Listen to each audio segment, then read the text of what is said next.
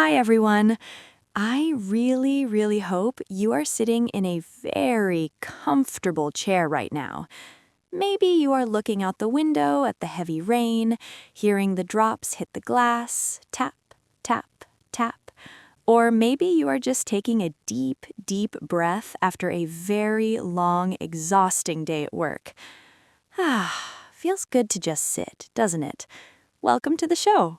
Welcome back, everyone. Welcome back to another episode of the Easy English Podcast. This is your cozy corner of the internet, a place where we talk about life, about feelings, and everything in between. And we do it using English that feels, well, natural, real, easy to understand. We aren't here to throw heavy grammar rules at you today. No. We're here to talk like friends, over a cup of tea, or maybe a coffee. How is your tea today? Oh, it's perfect. A little bit of honey, a little bit of ginger. Exactly what I needed. Because today we are talking about something that feels, how should I put it? It feels like a ghost. A ghost? Oh no. Please don't tell me we are doing a horror episode. I haven't had enough caffeine for scary stories yet. My heart starts racing just thinking about ghosts and haunted houses. No. Relax. Take a sip of your coffee. It's a ghost that lives in everyone's wallet. 1 minute you see it, it looks bright and green and beautiful, and the next minute, poof, it's gone. It's invisible. It's like it was never there. You check your pockets and nothing but lint. I see. You mean money, the great disappearing act. That is a very good metaphor. We all want to keep it. We all want to watch it grow like a little plant in a garden, but it seems to love running away from us as fast as it can, like it has invisible wings and the GPS set to the nearest shopping mall. Precisely. Today we are talking about how to save money, but, and this is a big but, without feeling like you are suffering. We want to show that saving can be a warm, positive habit, not a painful punishment. It's about freedom, not restriction. It's about saying yes to your future self while still saying maybe to that extra donut today. I love that. A gift to your future self.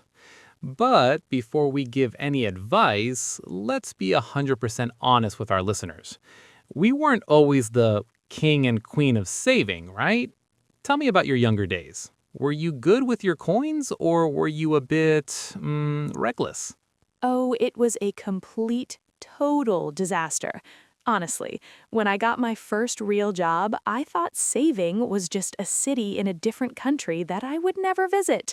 I had this spend it now fever.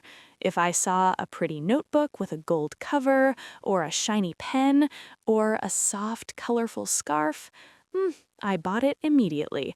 I didn't even think. I just swiped my card and felt that tiny rush of happiness. But then I would go home. I remember once I looked at my shelf and realized I had 25 notebooks. 25! All of them were beautiful, all of them were empty, and I had exactly $0 in my bank account for the last week of the month. I was rich in paper, but I was eating plain pasta with salt for dinner every night. It was ridiculous. I even tried to justify it by saying, I'm a writer, I need options. But I wasn't writing anything. 25 notebooks? That is a lot of empty pages. But I think I was even worse.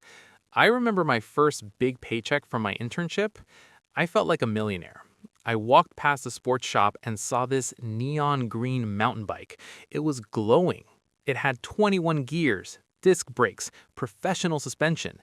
It even had a tiny holder for a water bottle that cost $20 by itself. I stood there looking at it and I imagined myself climbing the Alps every weekend.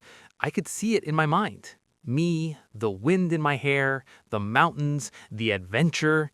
I bought it, along with a professional helmet and special shoes. I spent half my paycheck in 10 minutes.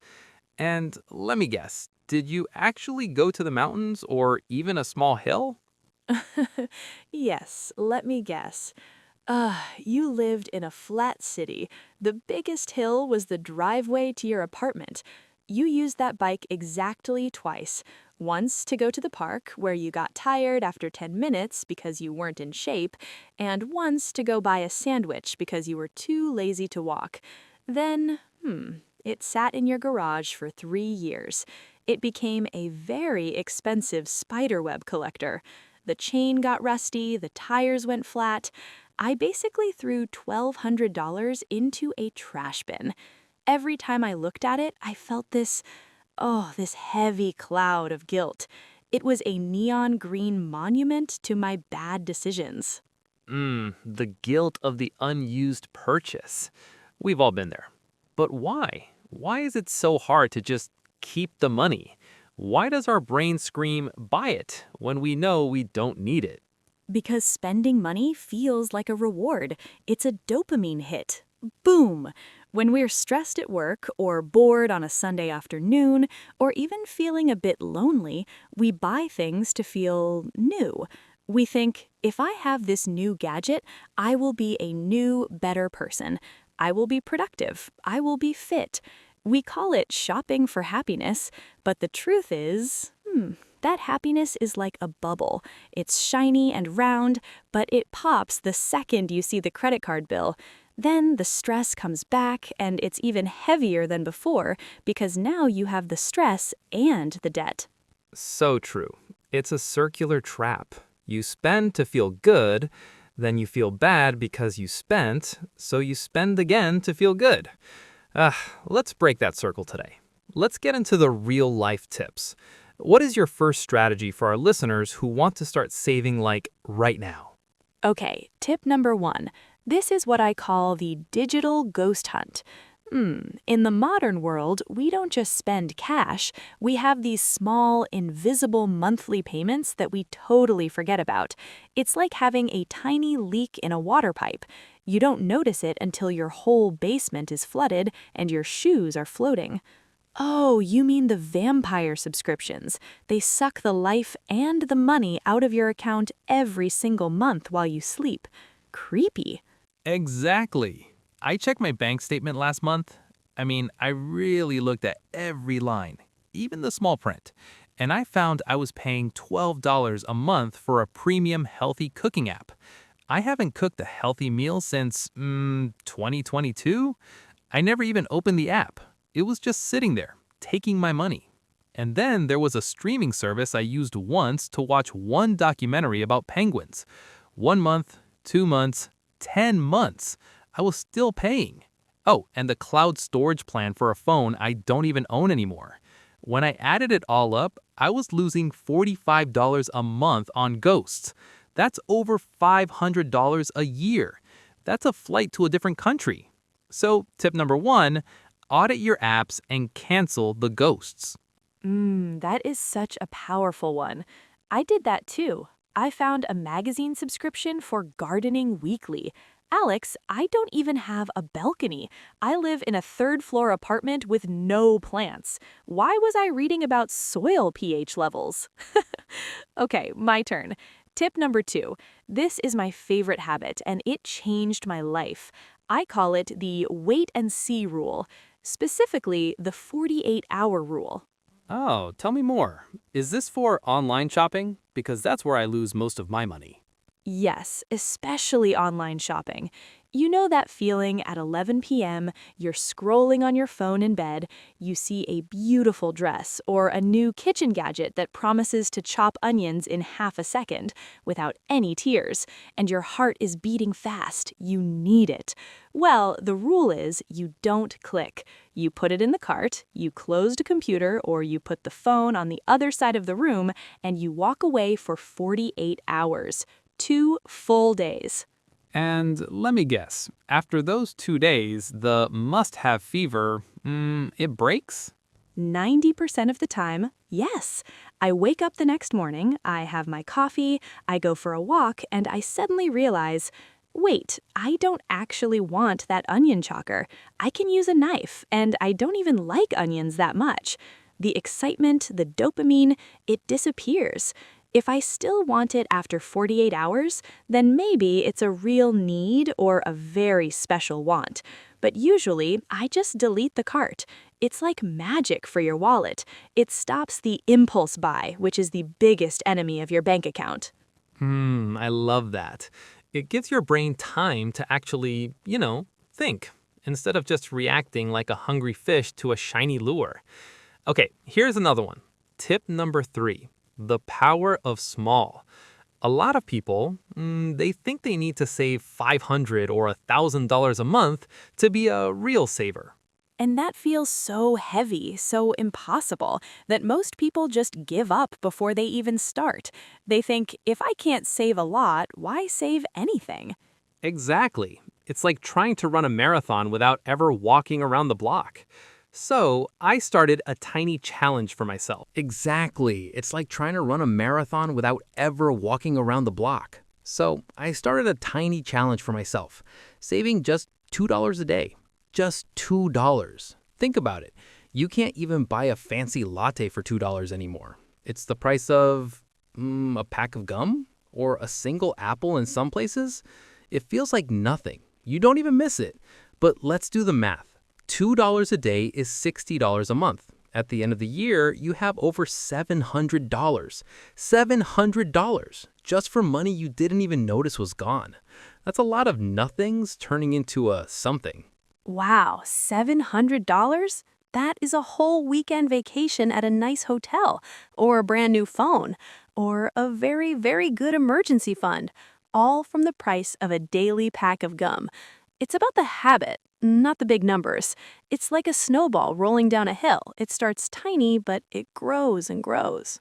Precisely, it builds your saving muscle. Once you see that $700 in your account, you start to feel like a person who is in control. You aren't a victim of your spending anymore. You are the boss. It feels good to be the boss of your own life. Speaking of feelings, we have to talk about coffee. We have to. The home cafe lifestyle. Now listen, I love going to cafes.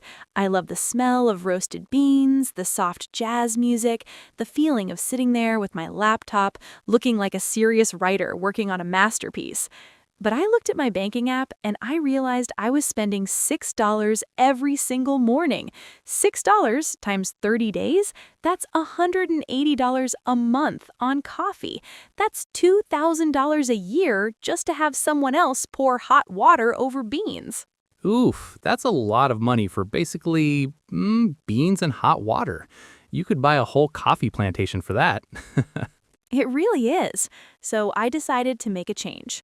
I didn't stop drinking coffee. I love coffee too much for that. But I invested in a really nice, bright yellow mug. And I bought some high-quality, organic, delicious coffee beans from the supermarket. Now, every morning I have a ritual. I grind the beans, I hear the sound. I smell that amazing aroma in my own kitchen. I listen to my favorite podcast. This one, obviously. And I put my coffee in a travel bottle. It tastes better, it stays hot longer, and it costs me maybe 20 cents. I'm saving $170 a month just by being my own barista. And honestly, I enjoy it more because I don't have to wait in line behind 10 people who are ordering double shot, extra hot caramel, whatever. And it's better for the planet, too. No more plastic lids or paper cups every day. That's a double win. I did something similar with lunch. I used to buy a $15 sandwich every day at the office. $15. It wasn't even a very good sandwich. Usually it had too much mayo and the bread was soggy. Now I spend 10 minutes on Sunday night prepping some simple meals. Maybe a pasta salad or a nice wrap. It's not fancy, but it's healthy and it's basically free compared to the cafe prices. Plus, I don't get that food coma in the afternoon. It all adds up. Every little drop fills the bucket. But let's talk about something that is a bit more difficult. Social spending. This is the hard part. When your friends text you and say, hey, let's go to that new Italian place downtown. They have a 5-course tasting menu. And you know that dinner will cost $70 and you don't want to say no. You don't want to look cheap or like you are struggling. Oh, that is the hardest part. The FOMO, fear of missing out. We spend money we don't have to impress people who aren't even looking at us. We sit there eating expensive pasta, worrying about our bank account, instead of enjoying our friends. It's like we're buying a social pass. Exactly. But I've learned something interesting. Real friends, the ones who actually care about you, they don't care about the price of the restaurant. They just want to see you.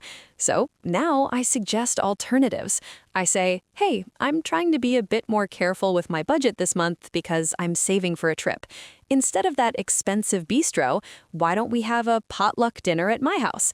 Everyone brings one dish and a bottle of something. Or let's grab some snacks and go for a long walk in the park while the sun is setting. And you know what? My friends actually love it. It's quieter, we can actually talk without loud music and clinking plates, and it's much more relaxed. It turns a spending event into a connection event. Connection event. I'm going to steal that phrase. That's beautiful. It's true. Some of my best memories with friends are just sitting on a blanket in the grass, eating $2 chips and talking for hours until the stars come out. You don't need a white tablecloth and a waiter in a suit for a deep conversation. Not at all.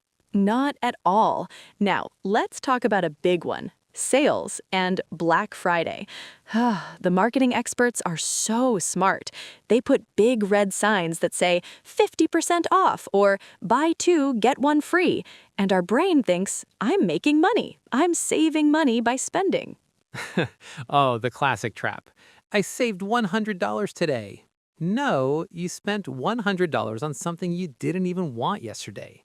If a $500 TV is on sale for $300, you didn't save $200, you spent $300. The only way to save $200 is to not buy the TV at all. That's a hard lesson to learn when the red sales signs are flashing. It really is. I remember once I bought 3 pairs of jeans because they were buy two, get one free. I only needed 1 pair. 2 of them didn't even fit me perfectly, but I thought, it's a deal. I can't say no to a deal. They sat in my closet with the tags on for 2 years. That's not a deal. That's a donation to the back of my closet. Exactly. We need to be the boss of our impulses. And that brings us to the classic lesson, needs versus wants. It sounds simple, but when you're standing in a store and you see a shiny new gadget, everything starts to look like a need. Oh, my current phone has a tiny scratch. I need this new one for my job. We are so good at lying to ourselves. It's an investment. It will make me more productive. But let's be real. A need is essential for survival or your job. Food, rent, medicine, a basic coat for winter. A want is something that makes life extra, like a 4th pair of white sneakers when you already have 3 perfectly good pairs in the closet. You only have 2 feet. Why do you need 4 pairs of the same shoe? Guilty as charged. But yes, you're right. I started making a physical list on my phone. 2 columns, needs on the left, wants on the right. When I'm at the mall, I look at my phone. If the item I'm holding isn't on the needs side, I have to give myself a very, very good reason to buy it. Usually, I can't find one. It makes me the boss of my money instead of the victim of the marketing machine. It's about being intentional. And sometimes the want side is okay. We are humans, not robots. We aren't here to live a gray, boring life where we never have any fun. We need treats. But maybe the treat is once a month, not every single Tuesday afternoon when we feel a little tired. Balance is everything. If you save 90% of the time, that 10% of spending feels so much better. Exactly. Balance. And you know what else is a smart and fun habit? Secondhand shopping. Thrifting. You know that vintage leather jacket I wear all the time? The one that makes me look like a movie star from the 1970s? Oh, you mean your cool guy jacket? Yes. People always ask me which expensive designer brand it is. They think I spent $500 in a fancy boutique in London or Paris. But the truth is, I found it in a tiny charity shop around the corner. It was $15. $15. It has history, it has character, it's high-quality leather that will last another 20 years, and it didn't hurt my bank account at all. In fact, I think I love it more because I know I got such a great deal. It has a story. I love that. Secondhand shopping is like a treasure hunt. You find things that are unique, things that no one else has. It's better for your budget, and it's so much better for the environment. We produce so much fast fashion that just ends up in landfills. Buying secondhand is smart, it's stylish, and it's definitely not cheap. It's wise. I even found a vintage lamp for my desk last week for $5. It looks like it belongs in a museum. It really is. Now, before we finish, let's talk about the feeling of actually having savings. It's not just a number on a screen. It's not just digits in a bank app. It's something deeper. It's a physical feeling in your chest. You mean the security hug? Exactly. That's the perfect name for it. When you have a small emergency fund, even just $500 or $1,000, you move through the world differently. You walk a little taller. Your shoulders are relaxed. Why? Because you aren't as scared of life. If your car has a flat tire on a rainy Tuesday, or your phone screen breaks, or your washing machine starts making a scary clunk-clunk sound, you don't have a panic attack. You just say, okay, this is annoying, but I have the money for this. It's fine. I can fix it. It's peace of mind. It's a gift you give yourself every single day. You're telling your future self, I've got your back. You are safe. You don't have to worry about the what-ifs. That is the most beautiful way to put it. Saving is an act of self-care. It's like eating your vegetables or getting enough sleep or going for a walk. It's looking after you. It's saying that your future is important. So, to all our lovely listeners, please don't feel bad if you haven't started yet. Don't look back at the money you lost in the past on mountain bikes or notebooks. That's gone. Today is a new day. The sun is coming out. You don't need to climb the whole mountain at once. You don't need to be a millionaire by Friday morning. Just take one tiny step. Maybe today you skip that extra smack at the supermarket. Maybe tomorrow you open your bank app and just look at it for 5 minutes without being afraid. Maybe you cancel one ghost subscription for an app you haven't used in months. These small wins, these tiny $2 moments, they grow into a mountain of success over time. Little by little, the bucket gets full. It's the law of nature. And remember, learning English is exactly the same journey. You don't need to be perfect today. You don't need to know every single word in the dictionary or speak like a professor. You just need to listen, learn a few new phrases like impulse buy, ghost subscription, or peace of mind, and keep going. You are doing great just by being here. Every minute you listen to this, your English muscle is getting stronger. Well said. We truly, truly hope this conversation made you feel a bit more relaxed and maybe a little bit inspired to hunt some ghosts in your wallet. Saving money doesn't have to be a dark, scary cloud over your head. It can be a sunny path to freedom, a path that you walk one step at a time with a coffee you made yourself in your favorite mug. Thank you so much for spending your valuable time with us today. We know you have many things to do, many videos to watch, many chores to finish, and we are truly honored you chose to listen to our voices. If you found this helpful, please share it with a friend. Maybe a friend who has a closet full of 25 empty notebooks? Hey, no more notebook jokes. But yes, please share the love. And don't forget to subscribe so you never miss our weekly chats. We have so many more stories to tell you and so many more English moments to share. Keep practicing your English, keep being smart with your money, and most importantly, keep being kind to yourself. You deserve it. Don't be too hard on yourself if you make a mistake. Just start again. We'll see you in the next episode for more real-life English. Bye for now. Bye. Stay cozy, everyone, and happy saving.